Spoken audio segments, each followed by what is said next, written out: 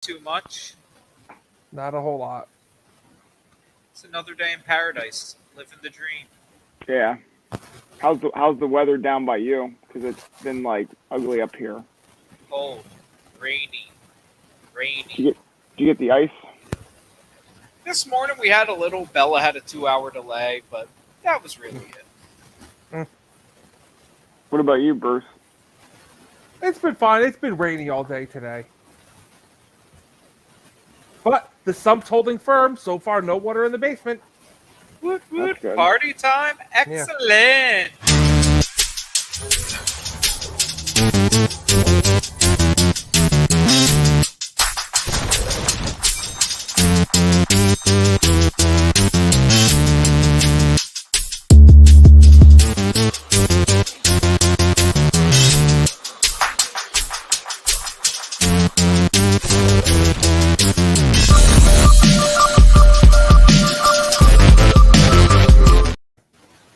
Welcome to the Diz Idiots. We're idiots, so you don't have to be.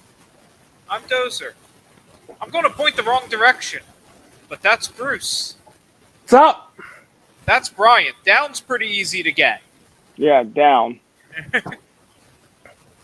but cameras don't screw with that. They screw with left and right. Yes, they do. How's everybody doing tonight? A-okay. Chug it along. Yep. Those holidays don't stop for anybody. Nope. No. You know, but I'd rather have the holidays up here than be stuck in a Disney crowd paying $200 to go to the park. $200 with 90,000 of your closest friends. Ugh. I know at least two different people that are going to Disney for the first time in the next 2 weeks. Oh And my I'm God. like, Good luck. they call me. You have any tips for going to Disney? I'm like, oh, cool. When you going? Oh, we just booked for. Why? The week Cancel. the week between Christmas and New Year's. Yeah, it's like the worst time to go. Cancel. Just cancel. Reschedule. That's Go to what you- SeaWorld. You're going to have the Max Bialystock version of Disney trips. It's our first time. It's our last time. Yeah. Yeah. And you want to give them tips to have a great experience, but there are no tips to give. It's honestly, it's almost like preparing them for the absolute perfect storm. It's like if you guys are going that week, it's like this is what you have to know. It's like I can, that's the biggest tips. I can give you tips of when I work down there. Now we're going back over a decade, but basically just do your best to have fun with your family. Yeah, You're just going do to your miss best. things. You're going to wait in line. Just accept that. And honestly, that's the biggest thing. Accept it's going to be insanely, stupidly crowded. You're going to wait for everything, and you're going to have a fine trip. If you can't accept that, book a different time. You're never going to be happy. Yeah. Download Heads Up. Download Heads Up. Yeah. And you honestly find a portable. If you can find a small portable table for food, maybe worth it.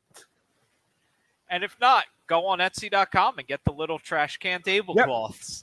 It's the best thing you could do because that's another big one. That one, when I worked there and I heard, did you ruin my Christmas? Okay, what happened that ruined today? And it was something with a tour group and not being able to find seating at Cosmic Rays. Mm. To which my head was going, Cosmic Rays, one of the busiest restaurants in the country somehow, and you're surprised you couldn't find seating on Chex Notes Christmas. Okay. I have a confession to make. In the trips down to Disney, I don't recall ever, to my knowledge, ever eating at Cosmic Rays. It's generic food. You're missing. I know. Nothing. I mean, I've walked through. I know. There's the animatronic. Oh my God, I'm a horrible Disney fanatic. I forget Isn't it Ray? Isn't it the music? Yeah, Ray. I think Sunny. There we go. I was going to say Sunshine Ray. So That's what I was going for. Sunshine Ray or like Ray. I know there's Sun. Honestly, I'm like, do I let them flounder? I know the answer to it. Yes. Just let them flounder. Yes, you let us And flounder. I call myself a Disney fanatic. I don't even know the name of Oh, that character. oh, you know what? You know what? You are a Disney fanatic because most people are going, "There's a character in there." Yeah. I don't think he's even acted most of the time anymore. No. Like, I'm not even sure. Honestly, I don't know. I'm not even sure he's out. So I think only on select nights or like select events, like the Mickey's Not So Scary Halloween party, he was out. Yeah, that makes sense. while we're talking about Cosmic Rays, Mhm. quick top 4 quick serves at Magic Kingdom. That are the 4 big ones. Rank them. 4 big quick servers at Magic Kingdom. Yeah, so you got the Pico's Tortuga. Mhm. You've got Pinocchio. You've got Columbia, and you got Cosmic Rays. We're not That's counting the order. Casey's. That's the order right I there. am not counting Casey's because Casey's does not have its own seating, What- really. What you just Yes, said. it does. What? No, out of those Barely. 4, Dozer, out of those 4, Yeah. that's the order that I want them. First one would be Pico Spill. Yeah, whatever the order that you had. I think then I had Cosmic Pico. Rays. Pico's, Pinocchio's, Columbia, Cosmic is the way he ordered Yep. them. Yep, that's how I have them. I actually, well, I feel very strongly about this because one of them is dead last because fuck you! You got rid of Figaro fries. You're dead. Oh, we count the Plaza? No.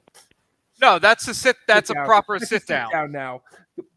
Figaro fry, no Figaro fries. Pinocchio's dead last. My it would be for me. Harbor House, Pecos, Cosmic, Village House. Wait, do they still have the buffalo tater tots? Yeah. I don't At know. It's been Pinocchio's- years since it was since at least 2019 since I've been in there, and I don't think I actually ate. I think I got a drink after seeing Country Bear Jamboree because, well, Country Bears. Yeah. Because like I remember eating. They had the Pinocchio because the Pinocchio's is overseeing the Smart World, right? That's Yes. yeah. There was 2 types of. There was like a barbecue something or another and a buffalo chicken. They got rid of Figaro fries. That's all that matters to me. Okay. Figaro fries were life. Pinocchio, honestly, Pinocchio again. A problem. A lot of the quick service now. It's just food to eat. Yeah. Backlot Express. When I had dinner there the one night, that was just food. I just needed to eat something, and it was edible and in front of me and decently warm. The pizza wasn't bad. I had at Connections Cafe. Well, the reason I chose Pico's Bill first is that they brought back the walking tacos. So that's why I was like, that's a great pick me up. There's nothing wrong with you putting Pecos first. Right. There's just Pecos is a very fine eatery. I know it is. I just Harbor House. I still put as number one because it's less anymore. Oftentimes you could usually get in there and find seating. Where True. Pecos, I'm sorry, they need to remove most of Splash Mountain for seating for it.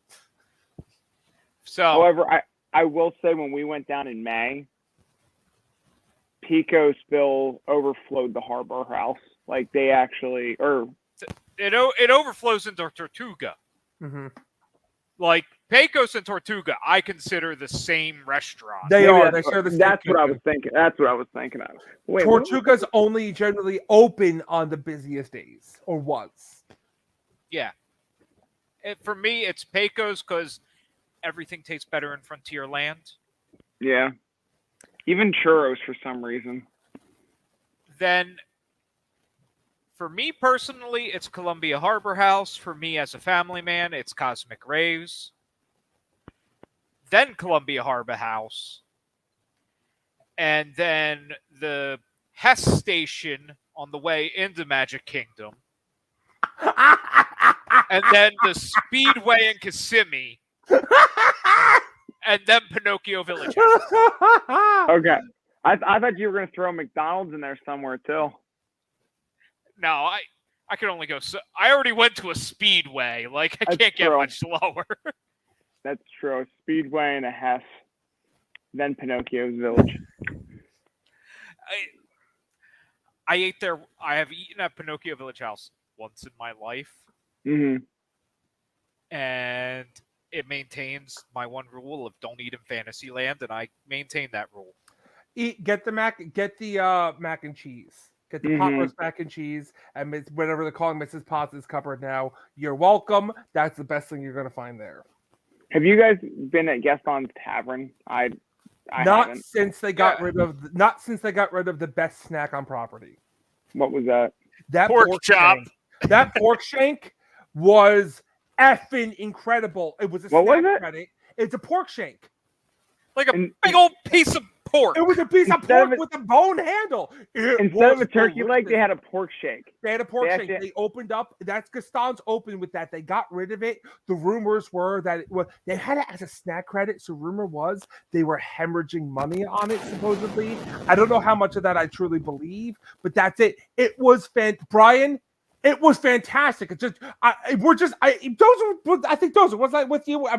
I'm there snacking on a big chunk of pork, or was it? No, was that before? I think it was before. Oh God, that was even before it was open. Oh, it's trust me, fantastic. The pork shank man. was worth it. The fact that they got rid of it hurts, but that was another one. It's like, oh my God, this is fantastic. It was. I know there's cinnamon. Like I know they have massive cinnamon rolls. And they have the apple drink that was at that time used to only LeFou's be found Brew. at Cars. LeFou's Brew, which was something. It was from Cars Land in California. It is their butterbeer competitor. Yeah, that I might have actually had, but I don't think I actually walked. I get it Maybe occasionally. like a cart. There is no competitor for butterbeer. Because so- the LeFou's Brew won't give you diabetes. Butterbeer will. Well, I was going to say, which means I should never have butterbeer. The LeFou's Brew. The problem I have with it is it's too big. It's so much sweet. I can never finish it. I'm telling you, it's not as sweet as butterbeer is good. But honestly, whew, how do you drink your butterbeer? Because there's consuming butterbeer. 'Cause there's butterbeer ice cream. there's so many options. I like the ice cream. I'm a traditional. Give me the draft. None of this frozen or hot bullshit. Just give me the straight up butterbeer. The hot version's not bad. It's not that it's bad. It's I different. don't go down in the winter. I don't want the hot drink. I've had it once, and I was optimistic. I don't know. Like I was just so. To me, it just felt like hot milk. You know what I mean? It was like good. Had, I liked it, but yeah, it was like a hot. It was good. It was like hot butterscotch. I mean, like just like a foam, like a latte or something you get at Starbucks, but not as thick or not as creamy as a latte. It just I don't want it walking around when it's 80 degrees outside. No, but I'm thinking like they have the Forbidden Forest in Virginia right now for this like Wizarding World attraction. I should absolutely go to that because that is a whole. Well, I pass it every fucking day. You should go to it. I've seen photos. This thing it looks incredible. Amazing. We actually there was one of those Disney vlogger people were she was doing one of her vlogs in Virginia, and she was doing her walkthrough, and we were watching. I was like, yo, this looks cool. And then there's this one scene where there's Aragog, the giant spider in the Forbidden Forest, and Liz is looking. She's like, nope, I'm out. Like there's even a warning, like if you are afraid of spiders, please see a cast member. They can like kind of walk you around it. You don't walk through the path, but like because I guess there's this one scene where like these spiders come down from the treetops. Like, bugs eating alive. What? Yeah. So Liz was like, nope, I'm out. I'm not doing that. Especially in the dark. She's like, no. Yeah, you're afraid of spiders. That's a no-go. That sounds like fun to me. I would love to go to it. I would love to do that. You should go and report back. I think they said it was like 1.2 or like a mile and a half walk or something like that. But still, there's like there's a section where you actually can like break for food and drinks, and they sell butterbeer, but it's like the commercialized carbonated bottled butterbeer that they sell at like. It's not the universal. It's the ones that you can get at like the Wizarding World in New York, like because it's not a universal product, right? So unfortunately, like I thought, like oh man, this would be a great opportunity for them to sell hot butterbeer. It would be. They should just. Why won't they just partner with? Let Universal sell it there. Give them Universal. This is a fine way to make money for everybody. But unfortunately, because it's not Universal, it's Wizarding World. It's not Universal. This is something behind J.K. Rowling.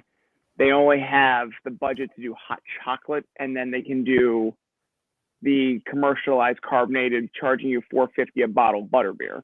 Universal makes enough money on this. They Universal. I know, and you would think they would be able to sell hot butterbeer, but they don't have it as an option. And I'm like, well, that's very disappointing because that's the perfect place to sell hot butterbeer. Yes, it is. Not in Florida. When it's not in Florida. Exactly. I had it once just to try it, and I was like, okay, I had that.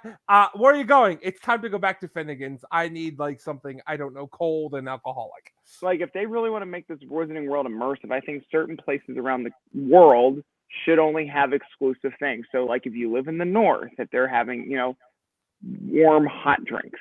If you're in the south, cold drinks.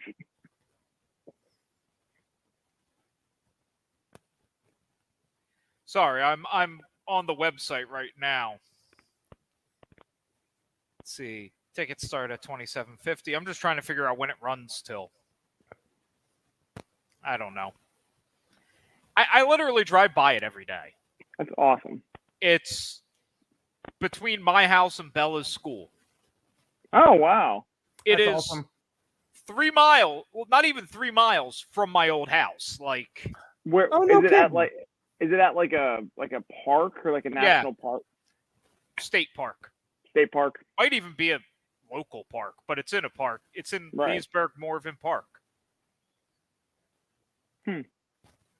Like, I thought you lived so much further away from Leesburg now. It's so, that's such a random place to have a Wizarding World exhibit.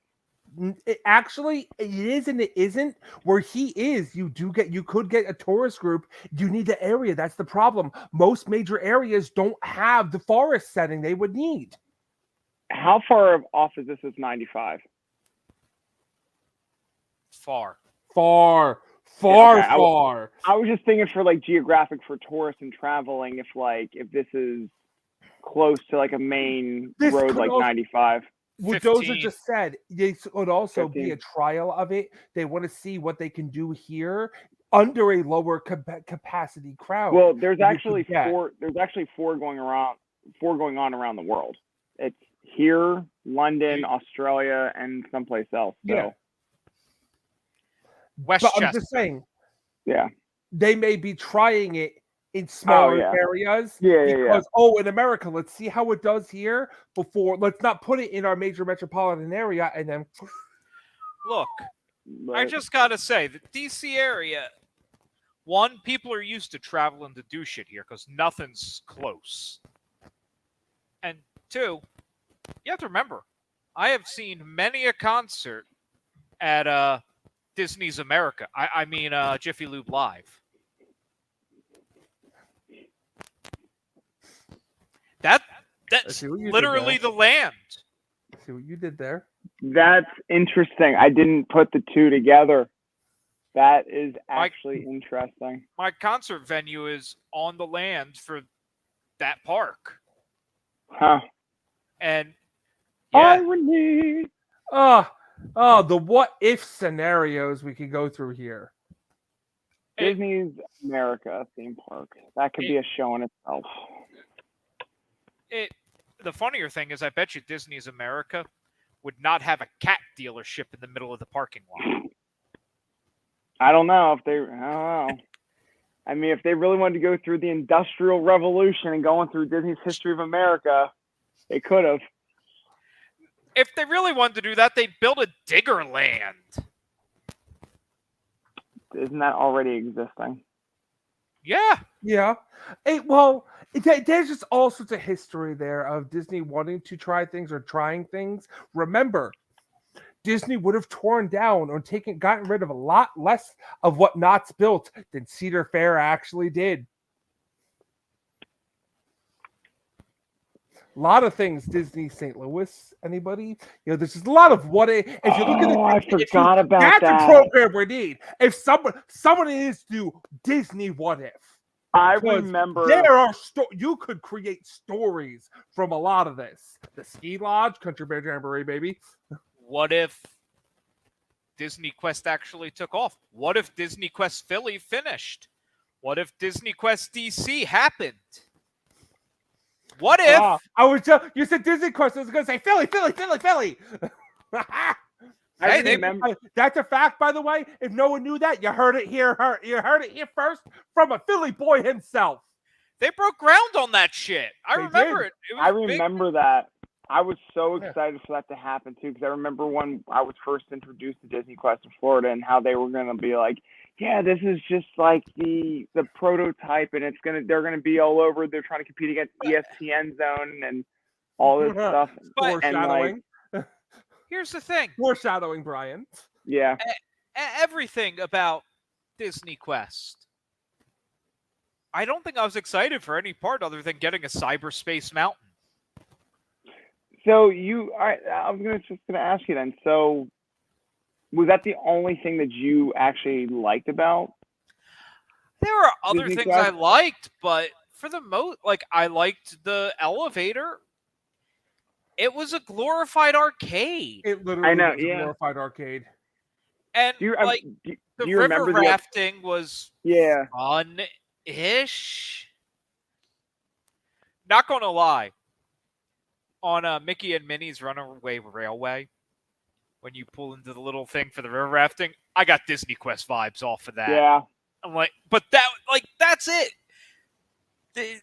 It was Cyberspace Mountain was the thing. Was the thing. They had other things they tried over the years, obviously, but that was the biggest mainstay. I actually had to look up what Disney Quest closed because I'm like, we walked through that on our property tour. And then did I dream that whole thing and we never actually went through it? I did do it. Oh, I was like, okay, no, it closed. I thought it closed way after it did. When we walked through, that was the king. Dude, we're on a property tour. They're trying to sell this. And obviously, I've been in Disney Quest before, but it's been a while. I'm like, oh yeah, all these things you're saying. That's Frogger. That's TMNT. There's another Frogger machine. This is an arcade. I don't care what you tell me. We got to play in the arcade for an hour, so I wasn't complaining. But don't get me wrong. I remember there was a really cool Pirates of the Caribbean game that pretty much, if I look back, reflecting back on it though, I'm pretty sure was the prototype for Toy Story Midway Mania in a sense, because you were on a pirate ship, but the cannons had a pull string, and Yes, you were it like was. trying to like shoot cannonballs at other pirate ships. Actually, was it wasn't similar- a prototype for Toy Story Midway Mania. It was they wanted a Buzz Lightyear because they realized the guns don't hold up. They said we needed another thing. And it goes, hey guys, we already made the other thing. Yeah, We're just gonna steal from ourselves and recycle. The one attraction I wish I could have ridden more to maybe get good at, and if we're going to talk about prototypes, might have very well been the prototype for Smuggler's Run. The alien encounter thing. Oh my God! Yeah. yep. I forgot about the Yep. alien encounter. You're right of how much that. Yes, Like I'm sitting here just thinking about. I'm like, oh my god, that It really is. It was a it was early. Smuggler's Run. I'm wondering. Okay, and now when Smuggler Run opened, we had enough time in between Disney Quest closing and that opening. No, Was it none of those. No. Did somebody literally have an idea as they're doing it, going, guys, we already made this, but like no one say anything. Like Were you Someone like- sitting down in Alien Encounter? Yes, Or you sat- were sitting. I believe you were kind of sitting but like in a more of a circle type thing. I Okay, wrote it once, yeah. so I don't have the best memory of it. Yeah, I wrote it once too because everything was on those credits, and I remember that it was like $10 to ride or something. You know, that was the other thing too. Do you realize Disney Quest was pretty much the introduction to Fast Pass still?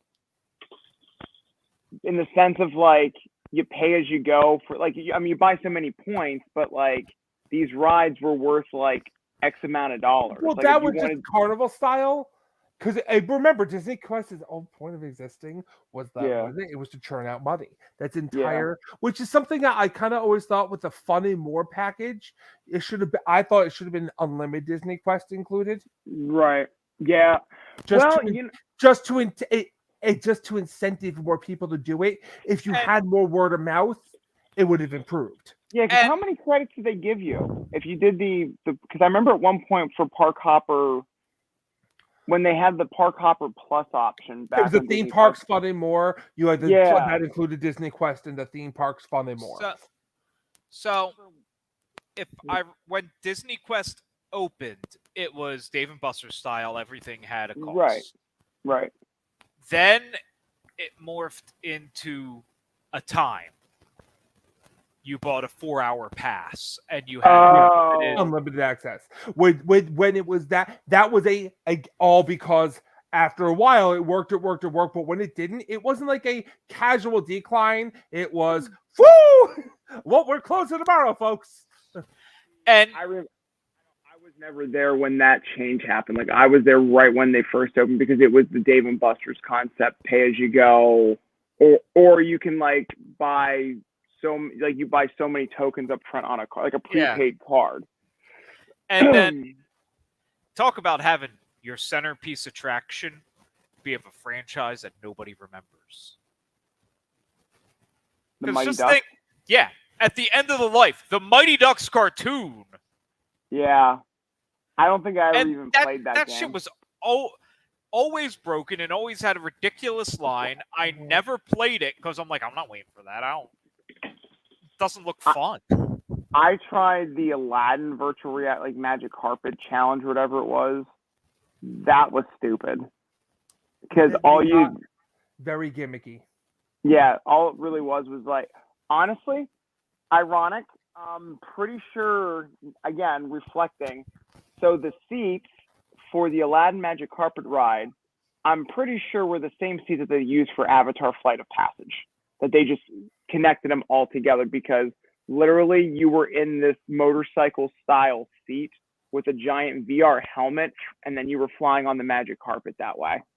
And now that I'm looking back, I'm like, I'm pretty sure they just somehow welted all the seats together in one contraption for Avatar Flight of Passage. No, they didn't. They modified.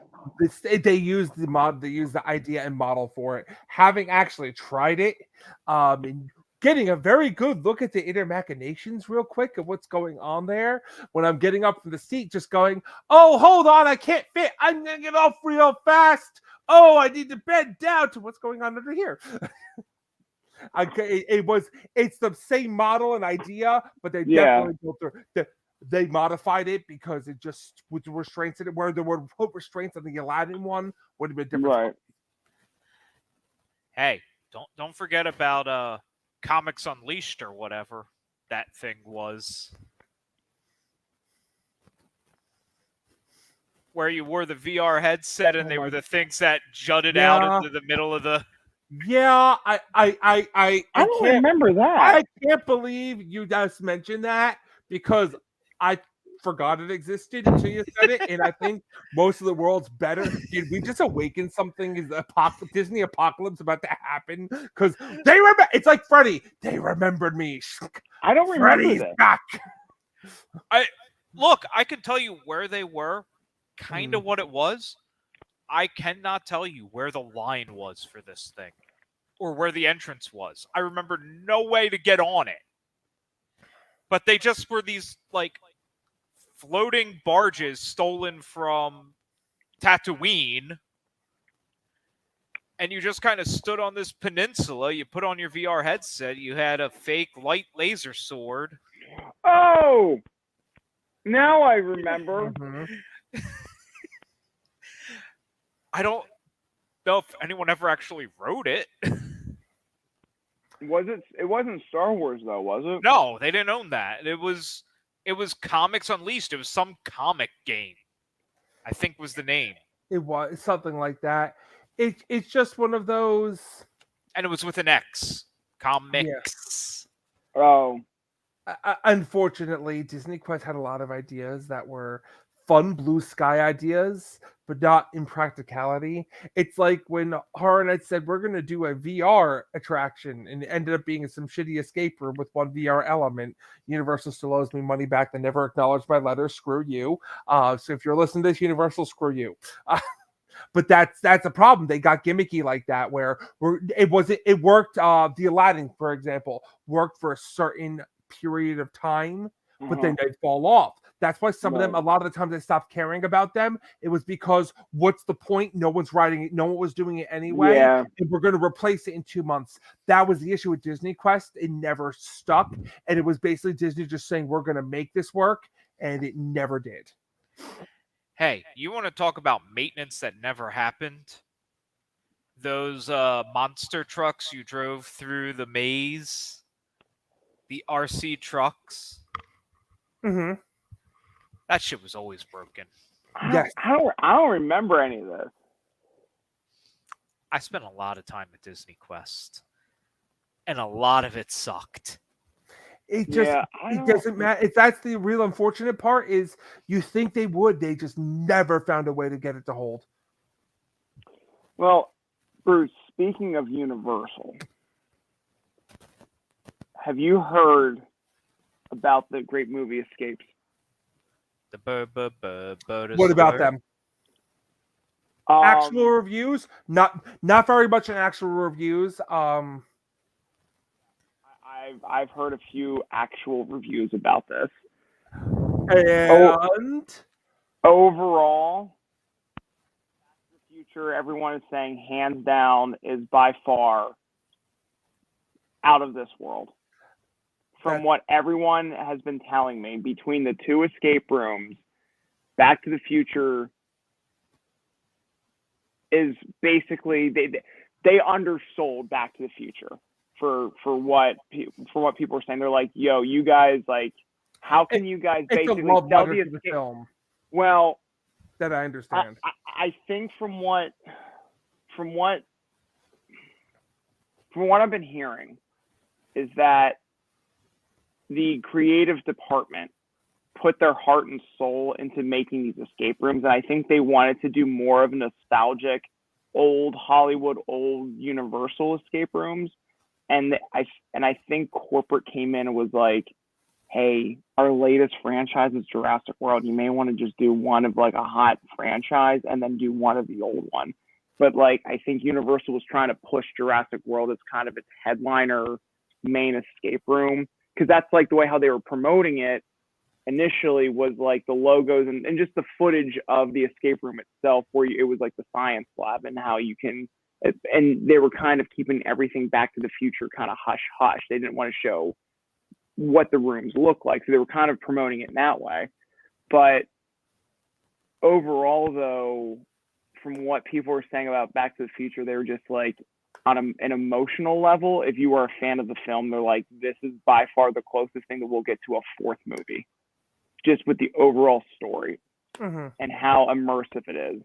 And my one friend who works down there told me, she goes, Brian, for this one particular 90-minute experience, blows Galaxy or the Galactic Star Cruiser out of the water when it comes to immersiveness, interactive storytelling, like how the Galactic Star Cruiser.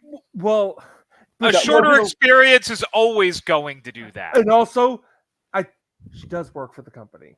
And I hate to say it like this, but more than the people at the top, the company people, and not that your friends like this. I'm sure I doubt that she's not a good person. I'm sure I believe she's probably right here. Yeah. But I've noticed when talking to people, when they do, depending on what company they work for, you hear that sucks and ours is great, or you hear, Universal's the worst, this is the best, and it's like, okay, come on, guys. But honestly, though, like, you don't get that kind of tribalism out of SeaWorld employees, by the way. True. But like $50 a head doesn't seem like a bad gig for 90 minutes of entertainment. Yeah, and the way how that 90 minutes is a good amount for escape room. Well, and the way how my concern was, okay, how is this going to do with foot traffic? Because they do require like reservations prior. I mean, even though they do open like walk-up reservations, but they do recommend reservations. And I was thinking about this, and I was like, for as massive as, because it's at like Universal City Walk, it's not just like at downtown Orlando where it's your typical escape room. Like, you're going to be getting a lot of foot traffic who want to come and do the escape rooms. And I was like, how would they work? I never thought about this actually working, but it makes sense. It's pretty much Carousel of Progress style, where you're in like 4 or 5 rooms for the 90-minute storyline, and you have so much time in each room before you move on to the next story, the next scene, essentially. And that's how they do the escape room. So it's like there's a party. What if you don't escape from the first room? Oh no! My God! I've done this. Holy shit! That's what it was. That's what the Horror Nights one was. Oh my God! I call it repository. I didn't care for it, so I call it the suppository. That's what it was, though. You had so much time in each room. Right. So the way how oh my God, they've been planning this since back then. Holy crap, 2016. Yeah. Or that was the prototype. That's what I mean. That's a prototype. I'm like, why are we discovering old prototypes tonight? I was like, oh my God, this is the second time I mentioned the suppository too. They still owe me my money back, Universal. It was not a fully VR thing as advertised. Continue. So, sorry. And they did say this is somewhat rewritability, which means that, like, let's say you go through it one time. That. Well, like, let's say you go through it one time and you struggle the first time. Well, then you go around, you might be getting a little bit better at it. So then what happens then is if you actually get better at it and the time's still going for that one part in the storyline, more things will pop up and there'll be more stuff for you to do. And then, like I said, though, if you are lagging behind, they do kind of speed up the process because of the time. You only have so much time in each room. Yeah. But yeah, you don't get trapped in anything like that. But from what I heard about Back to the Future, some of the scenes that you are in are, well, I'll say this much. Apparently, you go through the entire trilogy in 90 minutes. I'm here for that. The scenes. I'm a bigger Back to the Future fan than I am a Jurassic fan. Wait. So like that's the one that appealed. They both appeal to me, but. Wait, this is on. Okay, so this is another reason why I want to check this out. Not only is it reliving the trilogy, but it is an homage to the ride. It's the Science I heard Institute. that as well. It's the Science Institute. When you walk into it's basically, from what I've heard, it's the very first room is the scene in the ride where Doc gets trapped, and Biff takes the DeLorean, and you have to stop Biff from changing courses of time. So that's like the first scene you have to escape. But like throughout the escape room, there's like a scene where you go through Biff Tannen's casino. There's like the Wild West. There's the one scene that when I heard, I was like, oh my God, I would probably cry in this moment. You are in the clock tower with the silhouette of Doc Brown on the other side. Oh. Getting Marty back to the future. Oh. And you see a silhouette of Doc Brown pulling, like getting the lightning rod, and like you're on the other side with the clock tower striking at 11. Dude, I'm telling you, like, this is for the dreamers. Like hearing this as an escape room,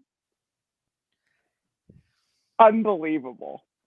That's why they said, like, that's what you like to hear. I'm glad to hear they're putting the time, energy, and effort in. But then on the flip side, they said Jurassic World. They're like, if you just want to do a basic escape room, that's pretty much it. It's just video screen monitors and what else? But it's Jurassic. What else are you gonna do? Yeah, Here's also what I'm going to say, and it's why I'm going to argue why Jurassic World. Jurassic World is more of an action franchise because the longer Jurassic has gone, the more action it has gotten. Right. Jurassic Park is the only real like escape room plot one you could have. Yeah. Yeah, I agree. I think they Maybe should a have done little Jurassic bit of the Park. Lost World. That's why I thought they should have done it based on the original. I get why not, and I get what they're going for. But another thing, part of the reason you can't do what you did with the Back to the Future room, we can't have a dinosaur in here. I want you to pay my money to go into my parks to see my dinosaurs. Mm-hmm. I don't want you saying, well, I saw it in here for $50. I don't need to spend that over there. I don't want you getting that close to some of my dinosaurs. Yeah. I have seen my technology. So, and I saw video. I mean, they have video footage of the escape room because, like, in addition to the 2 rooms, and this is why I'm going to check this place out too. They have 2 lounges that serve like it's a bar too. It's a bar escape room lounge, so you can actually go there and just chillax, listen to music. I was already going to do this, but now you just increased my odds of doing this. Yeah, they have drinks that are well themed to the escape room. So like I saw the menu. They have what's called Wake Up Juice, which is pretty much an old fashioned homage to the shot that Doc Brown takes in Back to the Future Part 3. They have what's called the hoverboard, which is some sort of purple vodka gin and tonic type drink with like a glow cube or something like that. So, but I mean, the drinks look fantastic. The theming, the theming is old 1930s Hollywood. I mean, they have like old Hollywood music, like jazz music playing. It's a lounge, and you just go and do escape room. But there is a section because it's set up like a movie theater. So the downstairs is Back to the Future, and then they have Jurassic World on one side. But there is a section for a third escape room. And what I will say, watch the drinks in that bar. Mm-hmm. Why do you think they might actually kind of? They're going to drop a hint or two when they release a new drink when the new escape room. The rumors have to be true. It has to be Jaws. It's got to be. I just if you start seeing a shark bite, or amity juice, or chum. I thought of this as a cool escape room idea. It's simple, but depending on the square footage of the room, I don't know. Like, I mean, Jaws would be fantastic, but how cool would it be if you're in Apollo 13 or like in like Control Center because that's Universal movie too, and like bringing like the astronauts back or like at the I don't know, like just. I think you need something with. But then again, if these are multiple popularity. These are multiple. No, I got it. It would. Oh man, no wait. It's multiple rooms. Oh, it has to be. It's there because they're multiple rooms. I mean, Jaws would be cool because there are so many scenes. It's gonna be Harry Potter. No, I don't think it is. It's gonna be Harry Potter. All the rumors have been it's Jaws from the get-go. Jaws. I got it. Jaws. Ghostbusters. That as licensed already with somebody else. They have done the Ghostbusters. Unless they use it, they took back that to do this here, which would be fine with. Ghostbusters would be fine. I'm hoping it's Jaws because I think you need. I'm hoping it's Jaws too. Ghostbusters would work, but just like where Ghostbusters, Jaws, Back to the Future are always going to be better than the Jurassic one. Back to that for a second is because you can do much with less. You can do so much with Jaws, Ghostbusters that you can't do without just having screens of dinosaurs. Yeah. You can make so many more physical sets other than the biggest thing with Jurassic that's the seller is always been dinosaurs. It's harder to do. But Ghostbusters, you could do so much with that. How would you do Jaws? I'm trying to think, like, because if let's say if we have 5 rooms to go from one to the next, how would you tell the story of Jaws through like 5 escape rooms?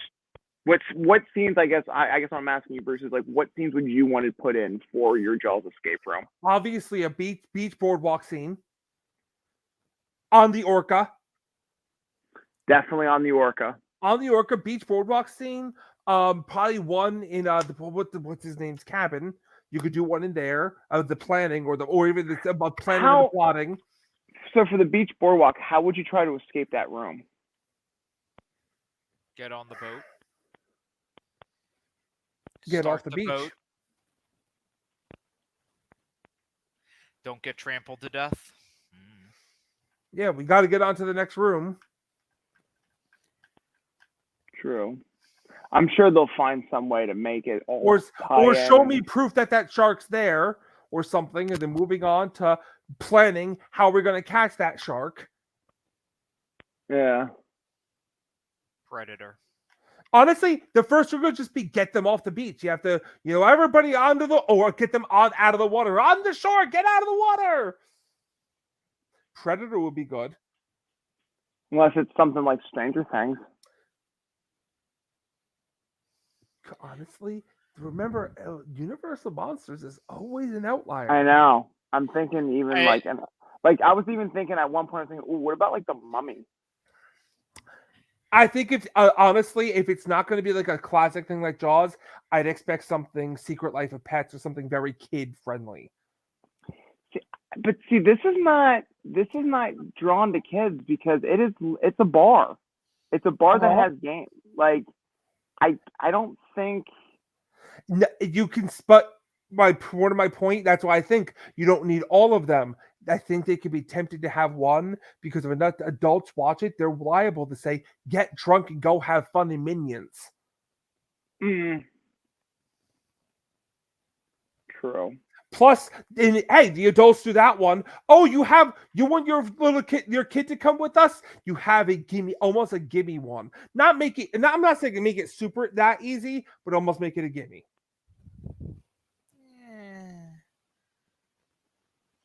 Remember, one of the hardest escape rooms in the entire country is in Orlando. I really want to try it. What is it?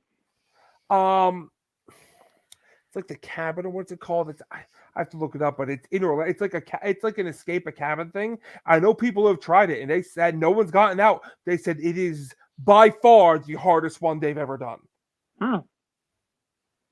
I like it because it makes me think of the movie Escape Room or the Escape Room Tournament of Champions. If you have never seen Escape Room, you're doing life wrong. Go watch it. Yes, Dozer? You have an idea? Oh, you love that idea? No, I have an idea. Mm-hmm. Evil Dead. Oh my god. Oh my yes! Yes, please. You can do the entire story. All of them. Army of Darkness. Just 2 and 3. Just 2 and 3. We don't need 1 because two's the same thing. It is that's 2 with true. comedic elements That's because true. we have to have the of the animals go up. You have to have all the animals start screaming at one point. That is absolute. Or laughing, joy. whatever they do. Yeah, definitely. You have to get the right wrong pronunciation. Mm-hmm. Cut the word. You said the word. Yeah, not every little last syllable. and it ends at S mark. That's smart. Yeah, this is my boomstick.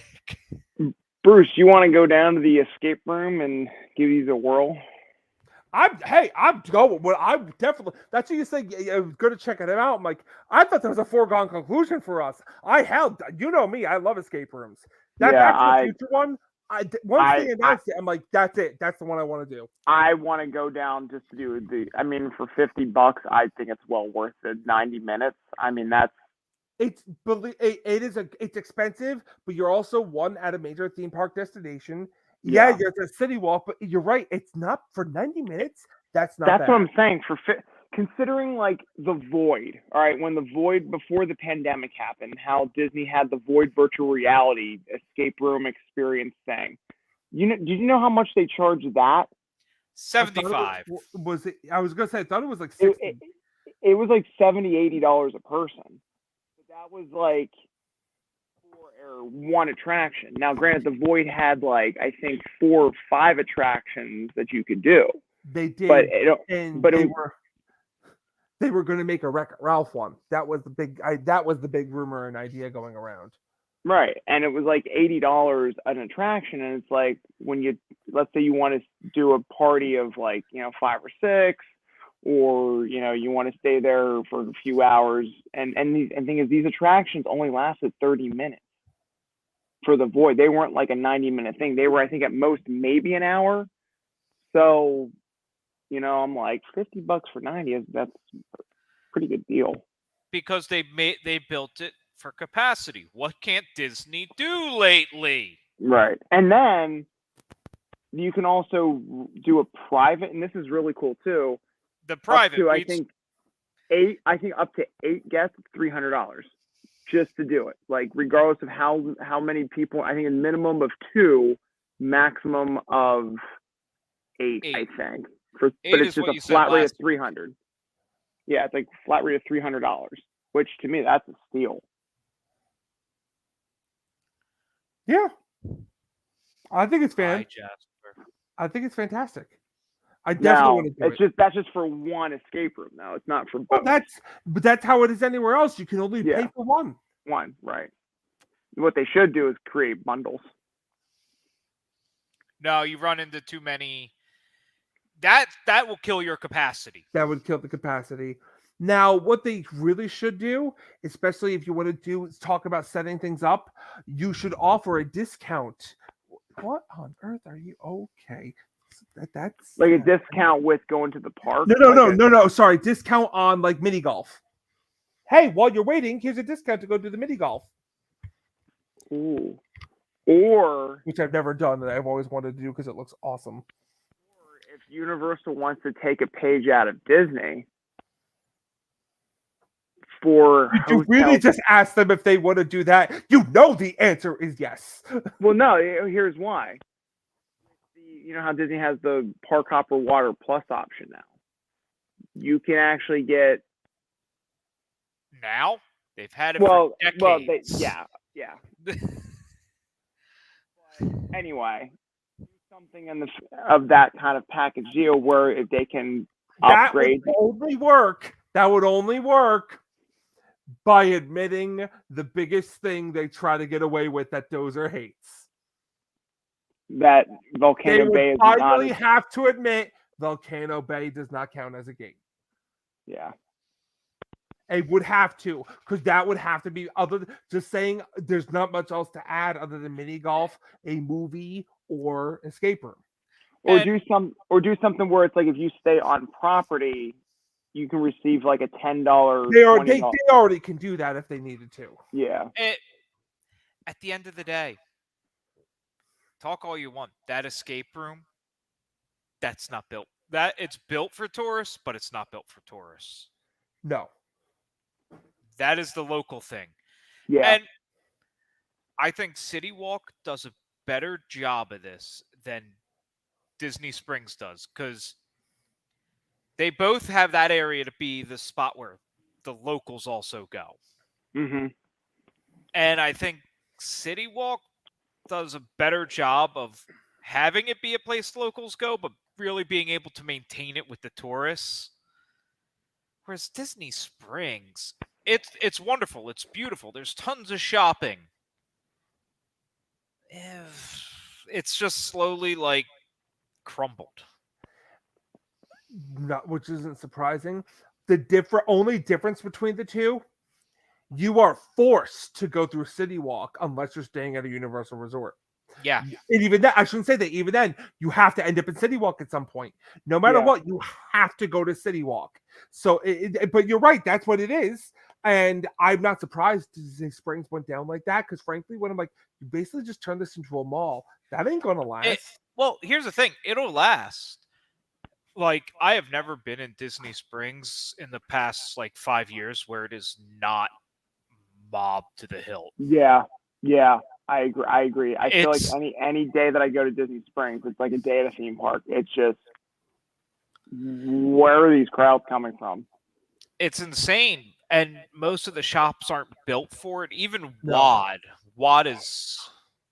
And WAD's not. And honestly, the people who come locally aren't going to WAD. Yeah. And the other thing I've noticed too, the last time I was at Disney Springs, and maybe this is just me talking crazy talk, But like, not only were all the stores selling the pretty much the same merchandise everywhere you went, and maybe that was just an inventory issue too. Who knows? But like your Trendies, your World of Disney, like all those Disney co-ops, like all those Disney licensed stores, like not the Lucas store, not Lucasfilm, not Marvel or anything like that, like the Disney run Yeah. stores. They were selling everything the same merchandise everywhere you went. Which So I know why they do that, but like besides that, all the other stores like the Levi's, the Columbia's, like they I felt like Disney kind of misled people to believe that those were outlets because they weren't. Like if you want the outlet, you go to Vineland right down the road. yeah, So when it comes to shopping, going to City Walk, I feel me personally, I can actually afford and do shopping in versus going to Disney Springs as like a local or just even a tourist going in going like, what the hell are these shops? Like Pandora? Like I don't shop. What the like the stores that they have at Disney Springs are so high end, unique style stores. Boo boo! You call Pandora high Well, end? well, no, you know what I Oh, mean. boo Like boo! Yeah, well, You have not seen jewelry stores. I know Tiffany and Company. Okay, yes, I know what jewelry stores it can be. listen. A certain billboard has appeared on Route 80, but in the Parkway, and all I know is I hate Steven Singer. I love Steven Singer. I saw the billboard and that I'm like, I hate Steven Singer. Oh yeah. I recognize that, but it more to the point is that well, that's the problem with Disney Springs though, is Yeah. all of those things. And they're Right. trying to attract a crowd that I think they're getting. They're getting it. It's I find Disney Springs to be incredibly difficult to figure out now because I couldn't tell you what stores are where. Yeah, me neither. And Good- it's like, good did I go God. this? Did we go this way? I don't remember going this way. Like, there's the Lego store, but what's around here? Oh, there's nothing. I don't know. Like, yeah, there's no. Here's the thing: the Disney Springs. The best way to put Disney Springs and City Walk. Disney Springs is your Grand Cayman style port. It's got the high end stores. It's got nice places to go. It's got some places to eat, but nothing too schlocky. Right. You go to City Walk. Well, that's your Cozumel. That's where you're going to your Senor Frogs. You're going to get drunk. I see the connection now. Yep. Yep. That is, yeah. Yep. Unlike what Disney Pleasure Island used to be, they do thrive on. Well, obviously, a lot of their clubs are going away now at Universal. That's how business dipped. But you have more bars, big name restaurants that are not home style or a couple of the famous people's places I can't remember. Morimoto. Morimoto. There we go. Oh God, that place is so good. Those ribs. Oh. Everyone says that, but that's you're not getting those. You're getting more. You have was a big fire or something there that was really good. It was more high end. But you have twosomes. You have Margaritaville. Margaritaville is what I was thinking about. Hard Rock Cafe. Hard Rock. You have ESPN or whatever. Not ESPN. ABC. No, not ABC. It's NBC. Isn't Sorry. it NASCAR? Wait, no, isn't it NASCAR? And They no, have NASCAR. That's gone. That's long. Brian Bubala. That's an NBC place now. Bubala. Wait. NASCAR is so long gone. Like so long. Wait, right before you get into Universal Studios on the right hand side. An NBC place, NBC Cafe or something like that. It's not like it's not NBC. That's where NASCAR was, something like that. I whatever it is, doesn't matter. That's what it is. Sports bar. Is it NBC Sports? Is it NBC Sports? That's okay. That makes sense. Yeah, because NASCAR's long gone, just like NBA's long gone. Yeah. Long live twosomes. I don't know. See, I kind of like City Walk over Disney Springs. I don't know what it was, back. but of all the major sports, the NBA seems like the one least likely to hold up its own restaurant venue. Mm-hmm. I don't know. How would you guys feel about a PGA restaurant? They exist on every golf course in the world. I know. Sounds a little green for me. Just call it the Caddy Shack. No, Caddyshack would be great. Caddyshack escape room, anybody? Yes. Oh please. my God, that would be Yes, fantastic. please. I'm all right. Now somebody worry about me. The big prize is if you actually solve all the puzzles, you get explosions at the end. Yeah. It's in the hole. Yeah. Oh my God. The amount of explosions you get at the end is how good you did. Yeah. Well, what do you guys think about this dueling coaster down at Epic Universe? I know we're not really talking Disney. It seems like this is more of like a Universal episode. What about it? What do you think the theming of it's gonna be? It's hard. I haven't been able to see the distinction where, because I thought for a second that might be the Wolfman coaster. No, the location of it. So the way how if you look at the most recent construction maps of Epic Universe, this is actually in the central hub. This is not even part of any of the warp universe like portals. This is part of like the central area where the fountains are and the restaurant and the shopping. Then that could. There's a chance they change plans. Could that be the How You're Training the Dragon coaster? It's not because If we are making another fucking dueling coaster based off of dragons, for fuck's sake, we already had it. I'm just simply saying. no here. That So free code going to be. They always. This could be the free or open to everybody attraction they once talked about. I think this is the open to everyone attraction. So the concept. Yeah, if it's in the main hub. It's the main hub, and I guess the concept of this story, the backstory of this main hub, is that it's supposed to be about celestials and telescopes, Galileo. You know, when it comes to the stars and mapping to universes, Are different universes like Nintendo. Yeah. So it's going to be like galactic type of astronomy style theming. So I don't know if this is going to be some sort of original story, like original title coaster, an original theme, or is it going to be like a universe IP that's going to be tied in? Aliens. Meh. Frankly, that was a joke. That was a joke. Before I realized it said that, you said, "Hey," I'm like, "Oh, that wasn't serious." Oh, no, not being serious at all. No, see, you're on the right path. I just read.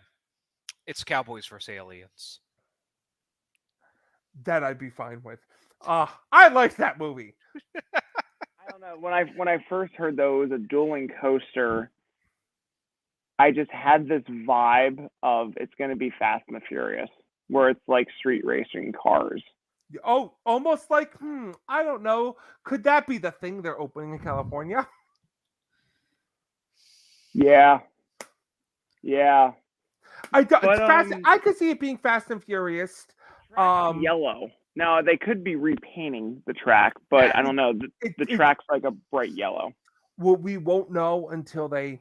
If it's bright yellow, it's probably gonna be bright yellow. We won't know until Universal decides to tell us.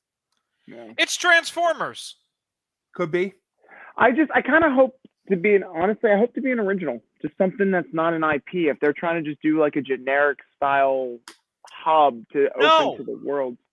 Look, he's pointed this out. He's pointed this out last time. Universal's not about Universal's all IP. And it was always designed. Remember, it wasn't ride fake movies. It was ride the movies. They have always been about IP. So this is where I don't mind the IP there, because it makes sense. Hold on. Let's stop for a second. Let's name one of the worst rides in Universal history. Fast and Furious? Rip Ride Rocket. Oh, yeah. What ride? What's one of the only Universal rides not based off of IP? That's Rip right. Ride Rocket. Okay. I take it back. Yeah. As much as I will bemoan Disney shoving IP into everything, I will bemoan Universal not shoving IP because into that is everything. what they're supposed to do. That's why the whole rumors of this being an entire DreamWorks area in the back of where kids zone them Back to the Future and Simpsons. Ooh. Oof, you got me going on that. That's the whole rumor, is that that's gonna be an entire DreamWorks area back there. What about Star Trek? I know it's not Universal, it's Paramount, but what if I'm just thinking of Cosmic, because if the center hub is, Okay, the stars. I think Universal has learned some lessons, and they will not make centerpiece attractions based off of shit they don't own, Mm-hmm.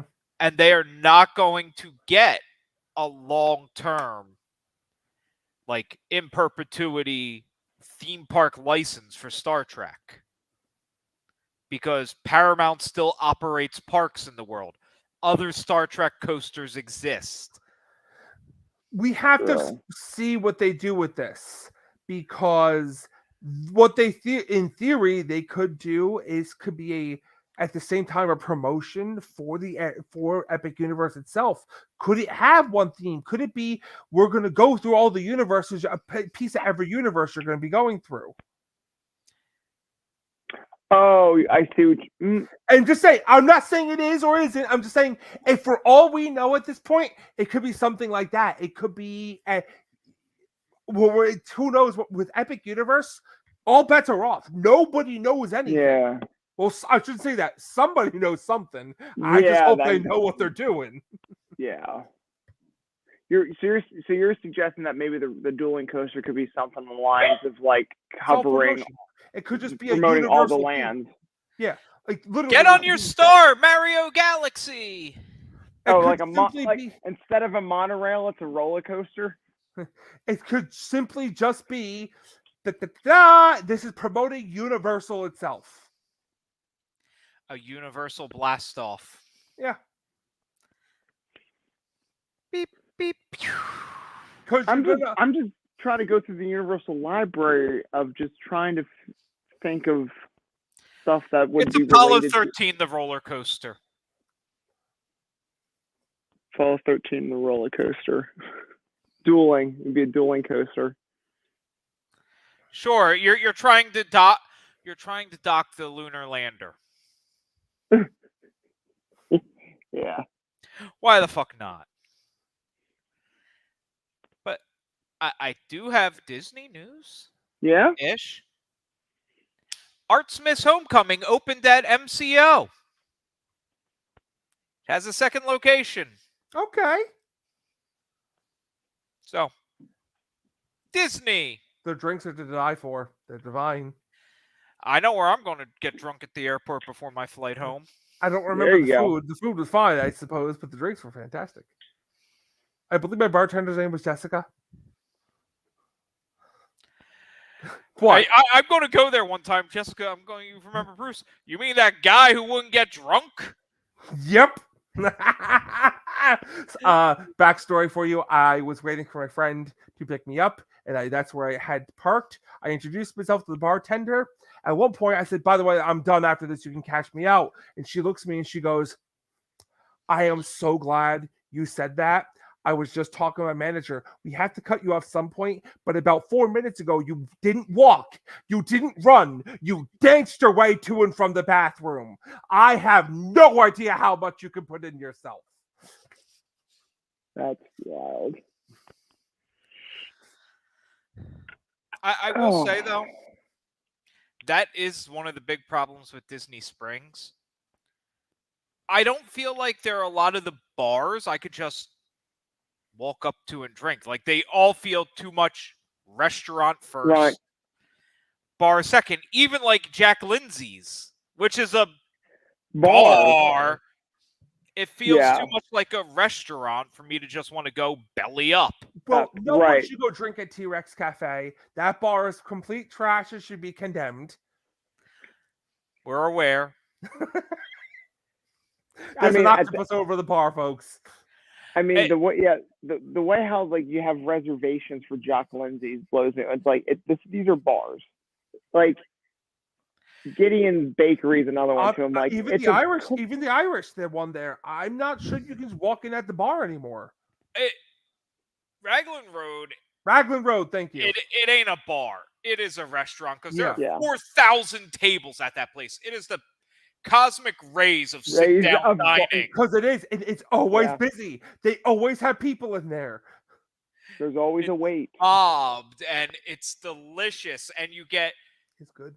your portions are you're not going to need to eat for the rest of your trip. No. I don't know. But hey, I watched another show. I watched an episode. One episode, I told Bruce I watched it. Oh, yes. I watched the first episode of The Bad Batch. And I love it. This is a great premise of a show. It's got a good cast. I haven't even looked at the cast. I dove down deep when I was looking up different kyber crystal colors because I'm a nerd. And almost all this like minutia stuff is like, well, as we learned in The Bad Batch, I'm like, okay, I got to watch The Bad Batch. And it's a good show. Great premise. The way I put it, especially with that first episode, they're the Spartans and the Stormtroopers. Mm-hmm. And that first episode is pretty close to the first season of Halo. Oh, Halo. Yeah. It's fairly, especially considering since I made an Order 66 joke in Halo, so I it's a good show. I'm excited to watch the rest of it. I only started watching it because I wanted another show with like half-hour episodes, and the first episode's like an hour, but every other one's short. And I did finally start Wednesday. And so far, so good. I like it. It's good. It's its own take. I like what they're doing. There hasn't been anything I've seen where I've been like, oh, geez. Where are you? I just started episode 2 and had to stop. That's fine. You don't run into anything that's like nothing breaks the universe, and that's what. No. And especially like where you're at right now, like you're starting to get the character development story. Yeah, you're starting and they started very easily. The guy, my camp, they started with the I'm a werewolf. Boom. Wasn't that piranha scene fantastic in the pool? When Pugsley was getting beaten up and she just walks into the swimming pool, like water polo with and they're playing that one operatic song and she just releases the piranhas into the pub. Like that is typical Addams Family. I thought it was because I wasn't like a little bit darker. She's gonna electrocute them, but that's really not her style. Piranhas, of course. Yeah. He was going to file for attempted murder. Oh, it's a good thing he didn't, because then they'd know I failed. Well, it's only funny because I'm looking at her and I know she's supposed to be Wednesday Addams. But I'm like, what are you hiding from Ghostface in here? Scream! I see you. Well, and I got that moment with the piranhas kind of reminded me of the second movie where they're at the camp and she's dressed up like Pocahontas. They're just like wrecking havoc on the play. Like that's just a little bit darker than the movie, but like still, I'm like, oh my god, that's typical dark humor. This Wednesday, she hits it like all the right spots. Ortega's good. And don't get me wrong, doesn't this even though Tim Burton directed the first, I know he directed the first two, it doesn't feel like Tim Burton, does it? Like it doesn't feel like your typical dark. The elements are there for it, but he's masking it very well. Yeah. He has his little tastes, his pinches of dash of Burton scattered throughout. They're dashes, but there's nothing that feels like I'm watching Sweeney Todd. Right. Preach. Right. It's not like your Sweeney Todd, Sleepy Hollow, Nightmare Before Christmas, Beetlejuice. Sweeney Todd is like the peak of Tim Burton, Tim Burtoning. Yeah. Tim Burton did so. You had an idea to make something fantastic for a whole new generation, and you just it was nothing to the Sweeney Todd I've known and love. It was just the Tim Burton. The only thing that could be more of a director than Sweeney Todd being Tim Burton is if there was a Tarantino flick with somebody just going on a 4-hour monologue about feet. Yes. I'm not a Tarantino fan, but yes. That's pretty damn close analogy. Yeah, that's pretty damn Yes. close. Yeah. I am not a Tarantino fan either because I'm just like, shut Like, up. Yes. Instead of the vagina monologues, it's the the foot monologues, or like the Petty podiatrist monologue. the petty monologues. The petty monologues. Oof, we're one letter off from getting canceled there.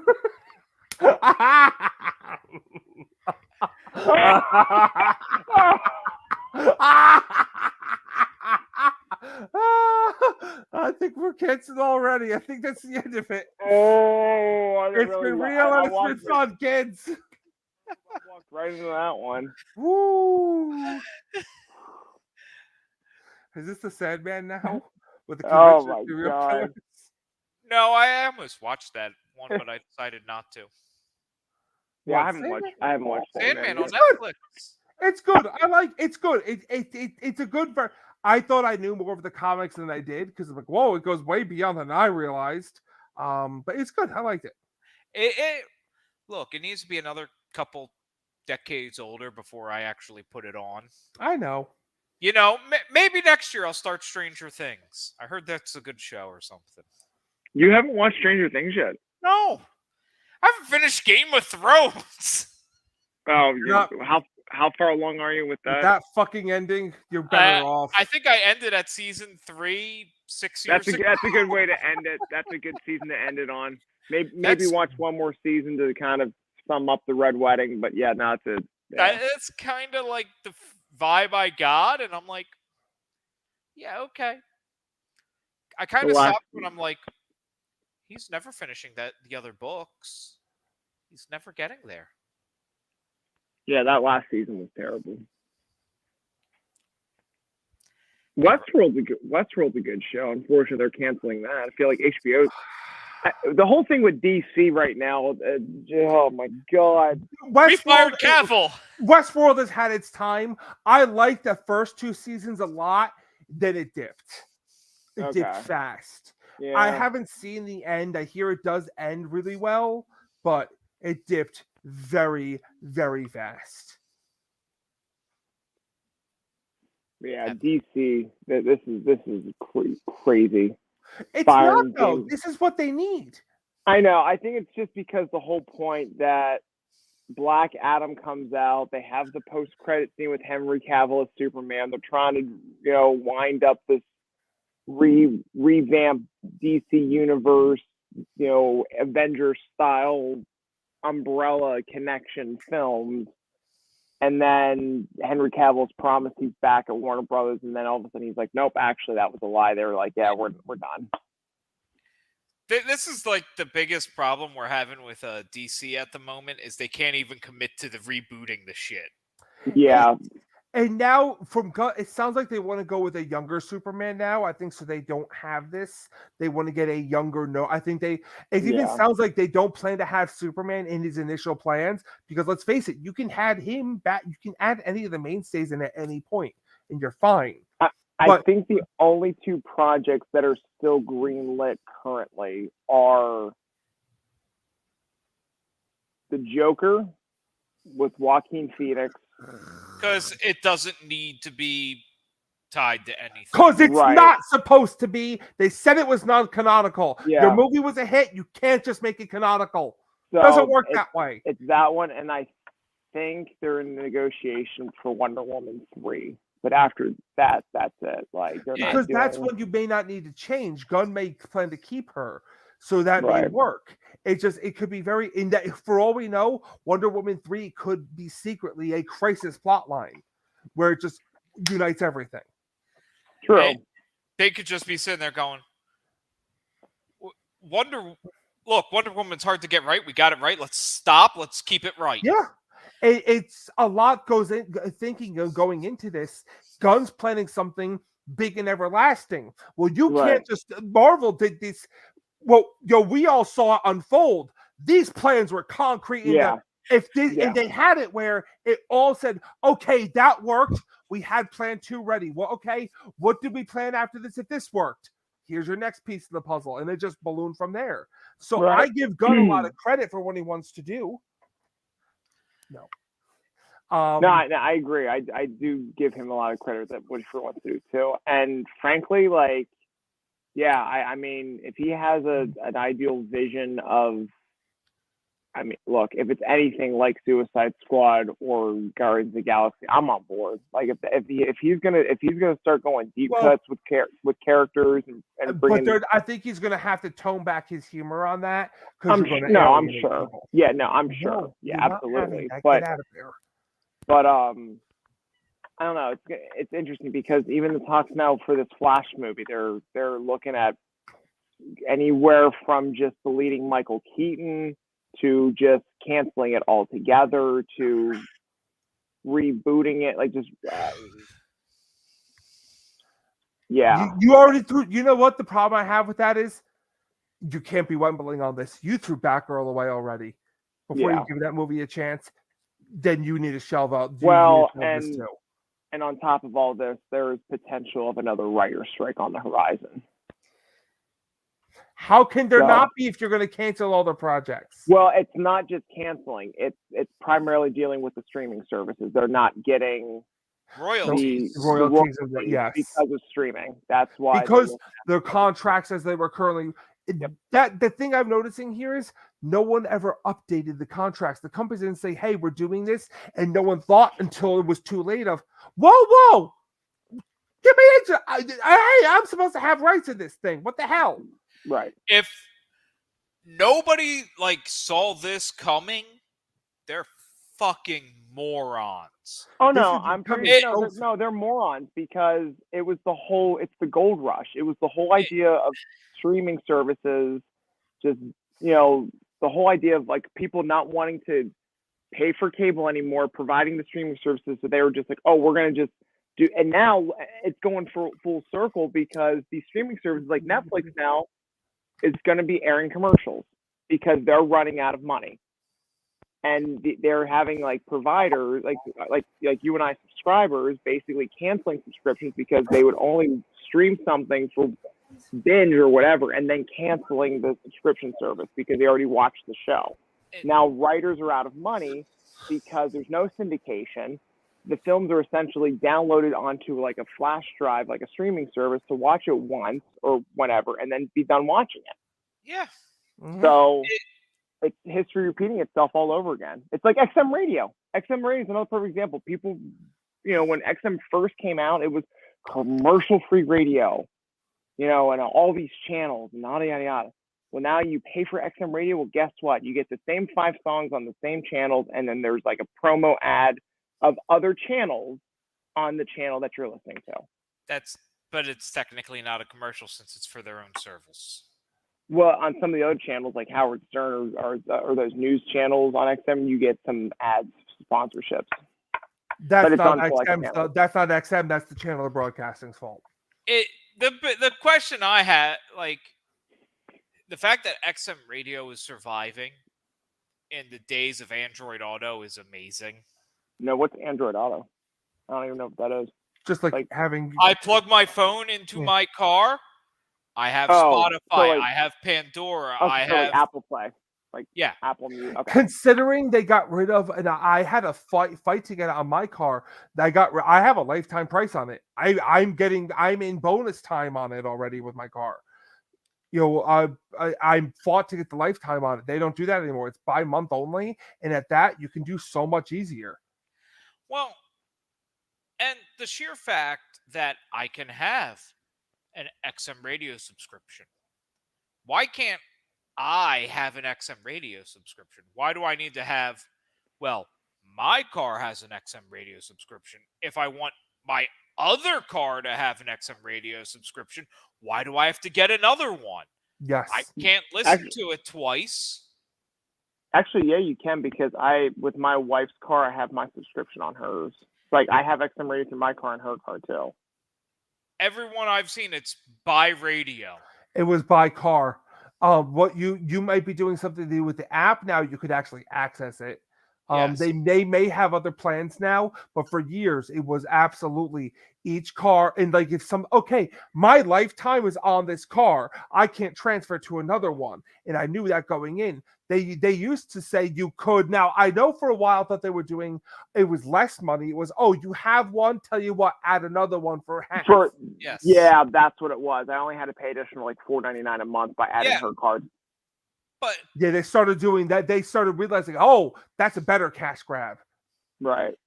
Oh, I want to listen to it in my house. Oh, well, then you got to buy another radio.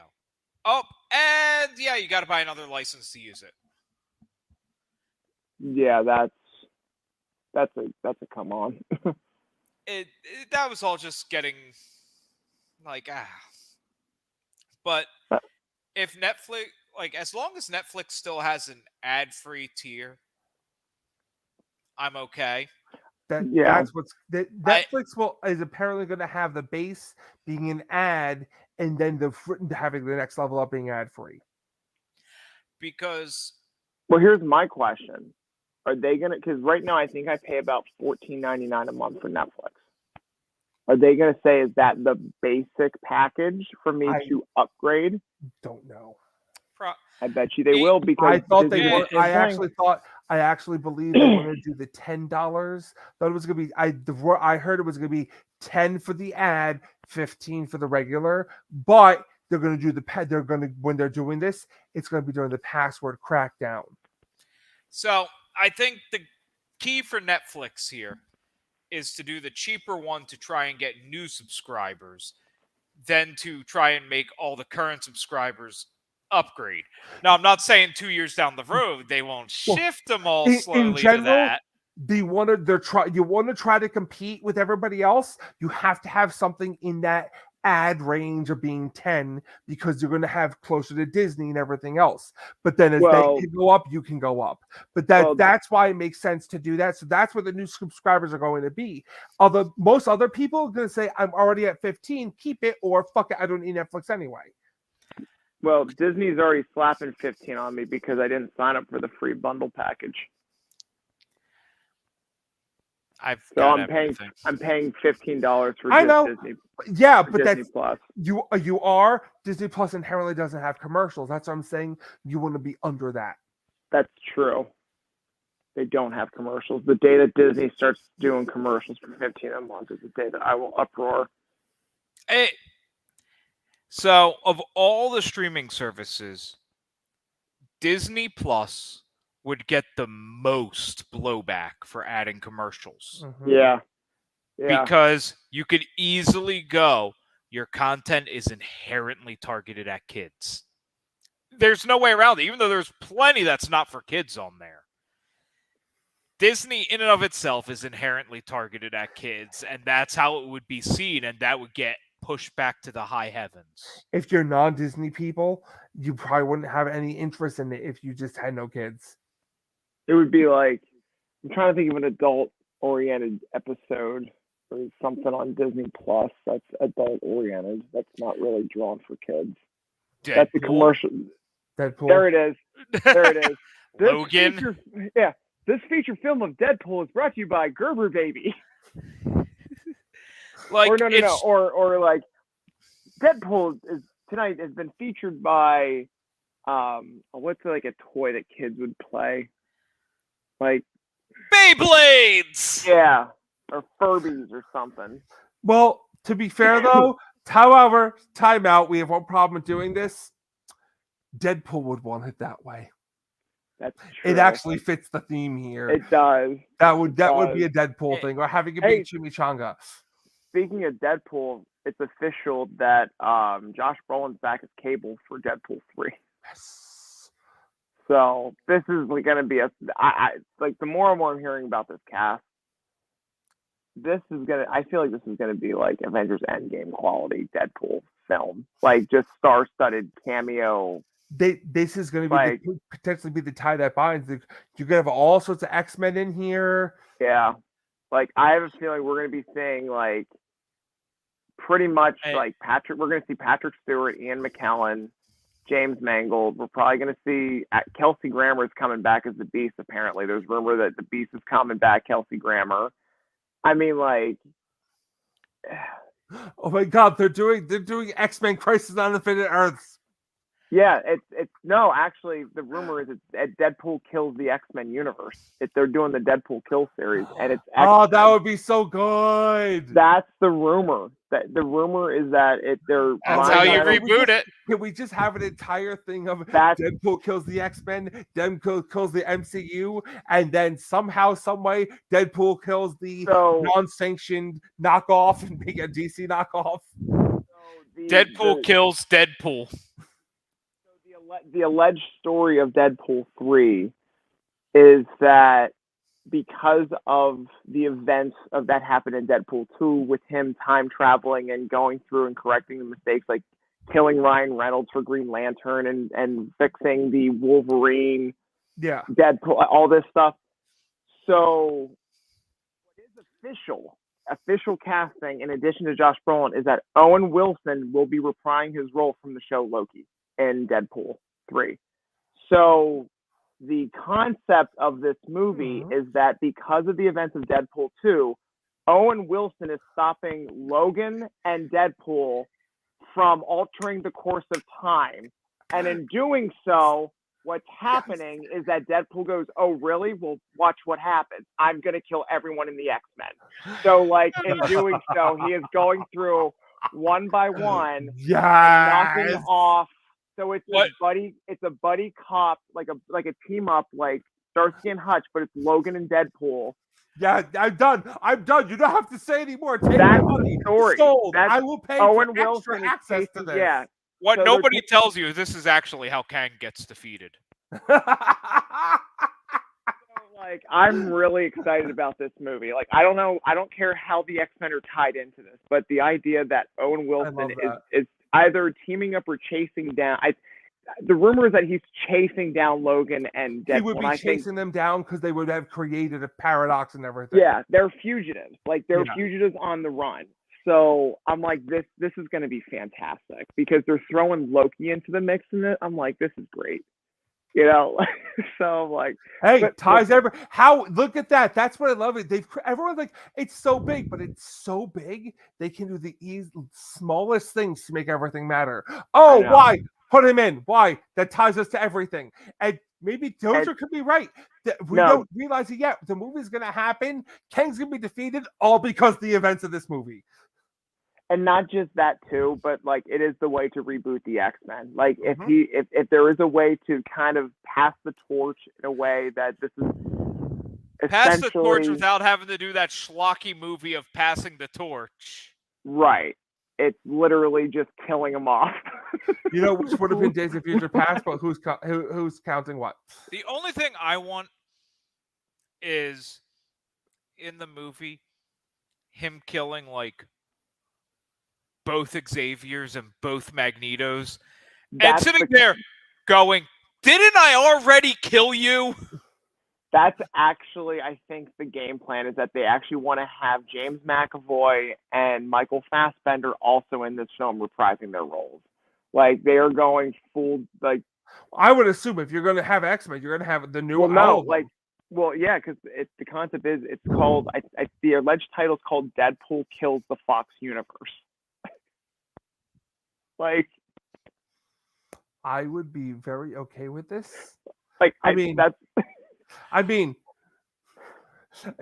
on. Suicide Squad kills the Justice League is coming out next year, so I'm okay with this. I have one title request. though.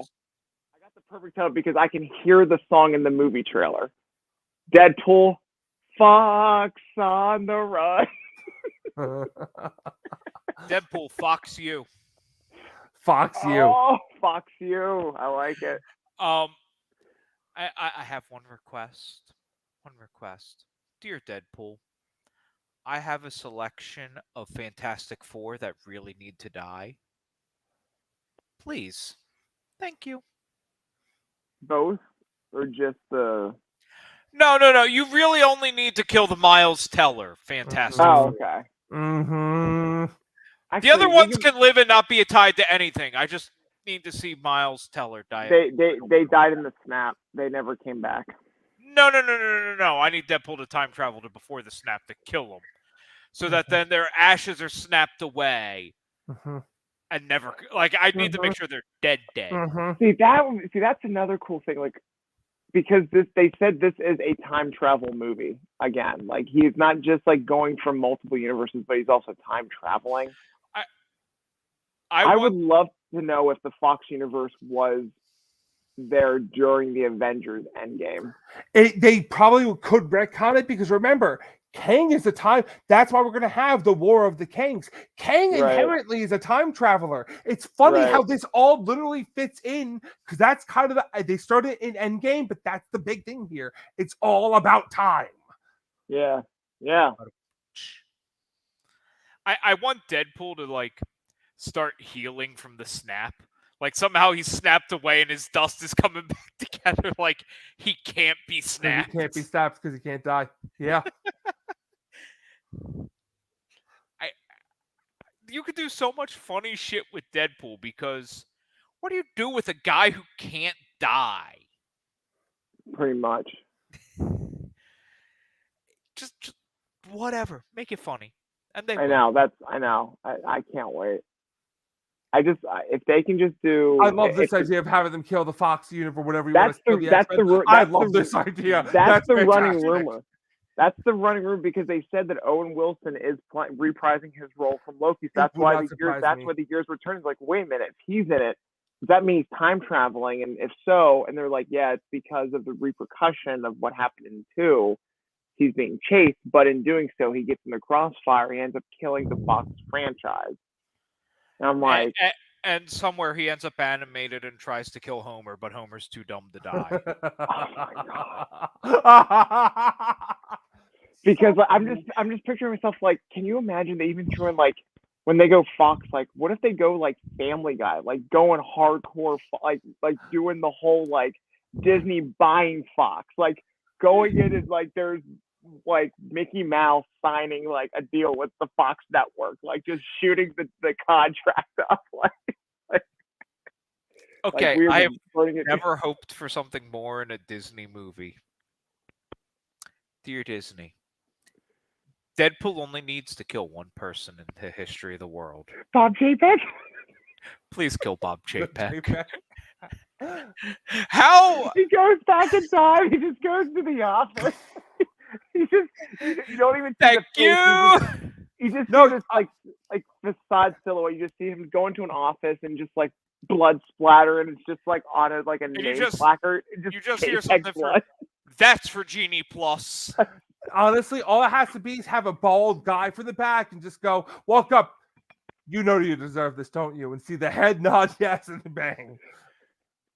It's like, you know what I have to do, right? Just in case they can't afford Patrick Stewart for this. It's ambiguous, so you don't know if it's Xavier or Chapek, but you see him walking to the Disney offices. He just goes into the office, pulls aside a bald-headed guy. He's like, you know who I am, right? He just nods his head. He's like, you know why I'm here, right? Yeah. Like, accept it. That's for Genie Plus. We have just made the best Disney movie in history. Really oh my god, yeah. But something I was going to say a little earlier when we were talking about the writer's strike and how they're morons if they didn't see this coming. Can we be? Hey, look, if there's a strike happening, can we actually fill in and just be the writers of Hollywood and just like take on? Hell yeah. Maybe. We've went through this already. This shit has happened in the real world. Oh yeah. Battles over royalties and streaming happened fucking decade ago. Mm-hmm. It's a little small thing called the WWE Network. Yep. Mm-hmm. Which I would like to point out pioneers in streaming services. Mm-hmm. Decades before most of them. I believe it was before even Netflix was big into streaming. Yes, it was. Or if not, Netflix existed. Netflix was still very new to it, though. Netflix had existed for a while. It was starting to move over from mail-in DVDs to that. And I say pioneers, but they actually borrowed the technology from MLB. So, but definitely big pioneers in live event streaming. Yeah. So, thank you WWE. Sorry, I gotta fit that in when I can. It's worth it. They deserve the credit. But no, because wrestlers were paid based off of pay-per-view sales, and then they started putting Yeah. pay-per-views on the network. And $10.99 a month is not $60. Yeah. Like, people are sitting there bitching, oh my God, they're paying $10 a month and they're getting an $8, a $12 movie. Oh my God, people are paying $10 a month and getting a $60 pay-per-view. Like, that's a bigger cut into the thing than the fucking movies. This shit's happened. Like, Yeah. and they've figured it out. Now, granted, WWE doesn't deal with unions because pro wrestlers don't have the cojones to Yeah. unionize. It would be, listen, it'd be a battle, but it might be the one worth fighting. Like, they just fired a wrestler because she had a knockoff OnlyFans page going and it violated their contract with Mattel. Oh, yeah. Oh my Lanta. But maybe if they paid her more than 150 grand a year as one of their top stars, she wouldn't have had to do that. You know, 150. Let's talk about. Think about how Mike Judge probably just signed for with the Yankees, and he plays a lot less games than she wrestles a year. What's the creator of Family Guy? Oh, sorry, Joe Judge. I said Family Guy, I meant Futurama. Wait, no. Sorry, Family Joe Guy. Judge. Mike Judge is no. That's Seth MacFarlane's Family Guy. Mike Judge is Beavis and Butthead. And That's what I was going for, King of but the Hill. I'm sorry. Damn it, Bobby. Oh Damn it, my! Bobby. The wrong Judge. Wow, Aaron Judge. I said Joe Judge. Another Aaron Judge. Aaron Judge. Sorry, I blocked his name after the college football incident. Over from the fall, he dead to me. Sorry, just is. fair enough. But it just come on. And to anybody out there who's sitting there going, well, 150 grand's good money. Yeah, you have to remember pro wrestlers are independent contractors. Actors, yeah. So that is 52 weeks of the year she is on the road that she is paying for out of pocket. Pocket, yeah. And also getting insured as a wrestler is real fun. Yeah. Real fun. Yeah, I'm sure insurance companies love to insure pro wrestlers. Just ask Mick Foley's insurance company. Wait. I believe his insurance company is called the fact that Mick Foley has been cheap his entire life. Yes. That man, I think, still drives a 1998 Honda Odyssey. He does. I'm pretty sure. Despite being a multi-millionaire. Sorry, I've taken us to the road of wrestling. But hey, in 2 years, Disney will own him anyway. Listen, Yeah. I was just thinking as we're talking about this. Why isn't anyone trying to build? Oh wait, never. So why isn't anyone trying to anything in the theme park with wrestling? Ooh, Hollywood Horror Nights in California. We're 99. We don't want to talk about that. I don't want a theme park, but I would love. There are two things I want from pro wrestling in the world. One, I want an actual WWE Hall of Fame. Yeah. And two, I want WWE. Sorry, not better name. WrestleMania, the musical. Yes. Yes. Now that we just had the very first pro wrestling musical ever debut right here in Jersey, yes. That's all I want. Circle the Square Theater. It would work perfectly. The answer is yes. Except for that time they renamed the theater the Squared Circle Theater. You can always do that. They nicknamed two theaters the Kit Kat Club for cabaret. Absolutely. Come to the Kit Kat Club, brought to you by Snickers. If only it worked that way, Cabaret would be running today. Oh my god. And I believe, much like the Disneyland Railroad, we're officially off the rails. Hey, they're testing. Train was Yes. spotted going through the Tron Yeah, tunnel, baby. World has been testing their train. It's any day now that the train should be riding. I'll Hopefully. believe it when I'm on it. Which hopefully in May I'll be on. May? I'm just gonna Well, say that. So if May, Tron cool. if Tron is opening up early spring, I mean May does fall under early spring category. So Remember who we're talking about here? We're talking about Disney. yeah, early They spring is like March through June. So May is early March spring. through December. They'll be like, it's opening early spring without saying a word. They're not going to notice. It's opening in October. And they'll just open up like unannounced, like just on a Tuesday at like 5 o'clock in the afternoon. That's the best way to do it. Did we say early spring? We meant early spring will be cast member and pass holder previews. Preview for the 6 months in 2023. Yeah. Before we go, before we end this, in all serious, because we know we got to all seriousness, that's the perfect thing to do for an attraction like this. Very quietly open it up for testing. Hey, You don't have to leave the line open and say, "Hey, this line is open for 2 hours, and I want to lock it down. We will stress test this." hey, Bruce. Do you remember the first day that Star Tours I reopened? certainly do. Do you remember? Do you remember where we were when we got the tweet? Yes, I do. We were leaving Muppets. Wait, I was just about to say that. Where all I hear is you. Oh my God! I saw you looking at your phone. Let's go. When was this? 10, 11, 12 years ago at this point? Yeah. Whenever they reopened Star Tours. Oh, with the adventure it was continues. 2011. Yeah. We were there the day they began general public testing. We were if it was 2 o'clock, we were in line at 2:05. Wow. At the latest. Like and we were at Muppets like and went 5 times over. that day. We just looped it for a while.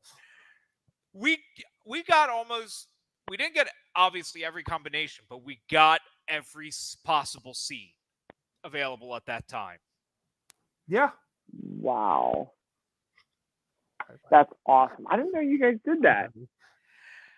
It was an insane moment. I was literally subscribed to a Twitter account that all they were doing was tweeting status updates on its reopening. Wow. They had someone propped up at Backlot Cafe just watching the entrance. Yep. But honestly, that's the way to do it, because you need, for especially an attraction like Tron, you want to make sure cast members are used to working under actual factual conditions. Yeah. Like, Disney has done the time. They have learned. Grand openings don't work if you don't have a soft opening. You gotta have a tech preview. This is the whole story of Disneyland. Yeah. You have to tech preview things. So, yeah, just make it happen. Just open it. And don't do a virtual queue, because virtual queues suck. Yeah, I am curious to see what is on Bob Iger's plan. Virtual queues aren't going away. Once they started, you can't put the toothpaste back in the tube. I am a firm believer, as much as I hate them, for the first 6 months of an attraction, virtual queues are actually the best way to go. Unfortunately. It is better than building queue that no one will ever use after those 6 months. And honestly, after those first 6 months, even if the line got long, nobody's fucking waiting in that, because people are going to walk by and go, 3 hours. No. Yeah. Once that hype dies down, no one cares. No one's waiting that long. And if people are, well, you might be writing up contracts for streaming movies. Mm-hmm. You're dumb. You're dumb. Yeah. But on that note, We're the idiots, though I don't quite think we're idiots today. So you don't You have don't to have to be. be.